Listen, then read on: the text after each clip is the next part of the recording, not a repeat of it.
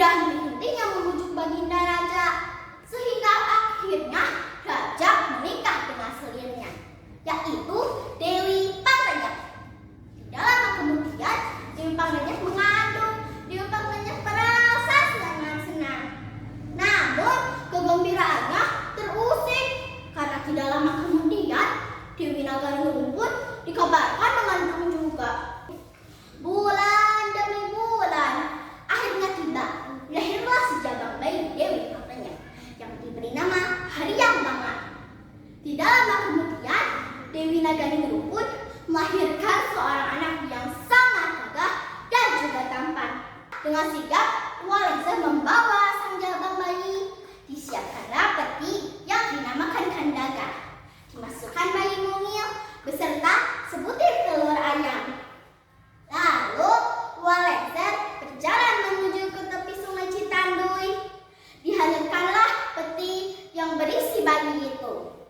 Diceritakan di desa Geger Sunten tinggallah sepasang suami istri yang sudah sangat tua.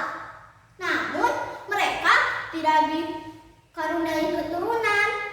Mereka adalah Nini dan Aki Balangan Terang. Adapun mata pencahariannya yaitu menangkap ikan dan memasang bubuk besar yang dinamakan badodon. Suatu hari Aki berjalan, tubuh membungkuk, dia menangkap ikan hasil tangkapannya. Lo kok ini berat sekali. Tidak biasanya badodon seberat ini. Ada apa gerangan? Ada petinya aku. Apa isinya ya? Jadi penasaran. Oh, kayu. Ya ampun, Gusti. Ada bayi mungil. Ini ada sebutir telur ayam juga. Siapa yang tega membuang bayi setampan ini? Aki jadi ingin segera cerita ke sini nih. Si Aki pun berjalan pulang menuju rumah. Sesampainya di rumah, Aki menceritakannya kepada si Nini. Si Nini sangat senang. Aki, mungkin ini rezeki kita. Seorang putra yang dianugerahkan oleh Yang Maha Kuasa. Karena sampai saat ini kita belum juga dikaruniai keturunan. Hari demi hari, terasa begitu cepat. Si Nini dan Aki Balangan Terang tidak lagi kesepian.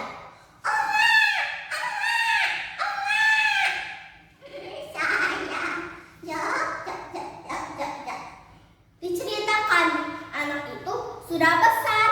Hingga suatu hari Aki mengajak putranya untuk berburu ke hutan.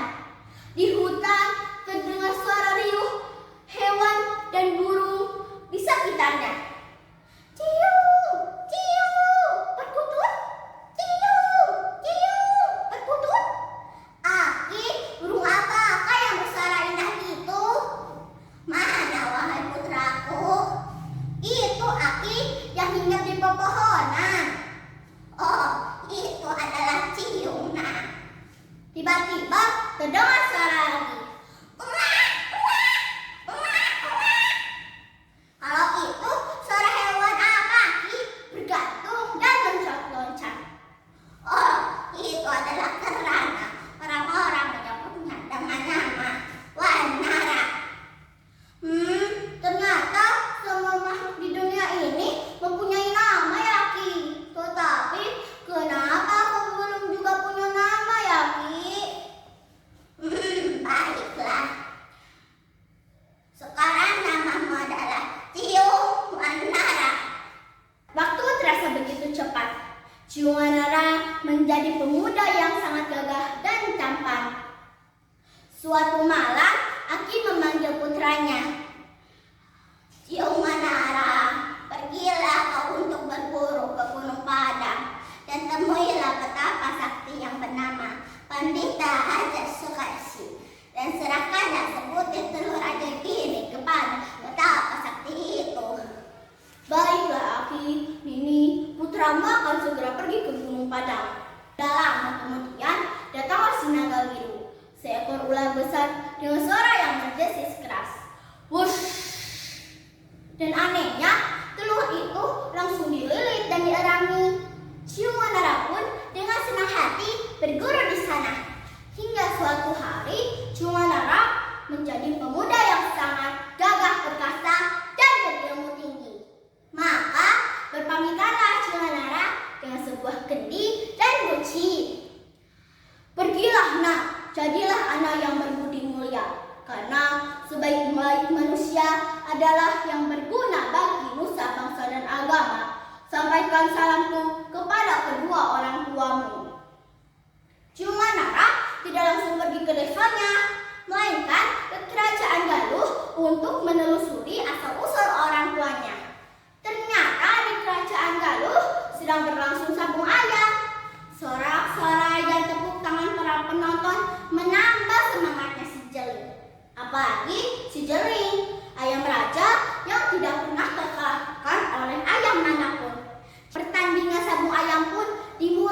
Sorak-sorai para penonton semakin ramai.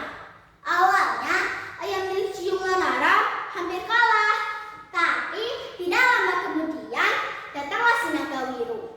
Kali ini, berkat ada kekuatan Nagawiru di dalam tubuh ayam milik Ciunganara, dengan mudah dan cepat, ayam milik Prabu Barmawijaya Kusumah pun mulai terdesak. Ciunganara pun kembali memenangkan pertarungan sabung ayam pun. Dewi Pangrenyap merasa kaget, hatinya mulai gelisah saat mengetahui bahwa Ciunganara adalah anak bayi yang dibuangnya dulu ke Sungai Citanui. Maka Dewi Pangrenyap dijebloskan ke dalam penjara istana untuk membayar segala kejahatan dan kekejiannya. Raden Haryangbanga mengumpulkan pasukan untuk menyerang pasukan Ciunganara. Akhirnya terjadilah pertarungan antara adik kakak beda ibu itu pun tidak terelakkan lagi. Pertarungan sengit mulai terjadi. Raden Haryangbanga harus berlaku satria. Dia telah terdesak oleh adiknya Ciunganara. Raden Haryangbanga melangkah ke arah timur dengan melewati Sungai Cipamali yang disebut Jakasisura. Dia mendirikan kerajaan Jawa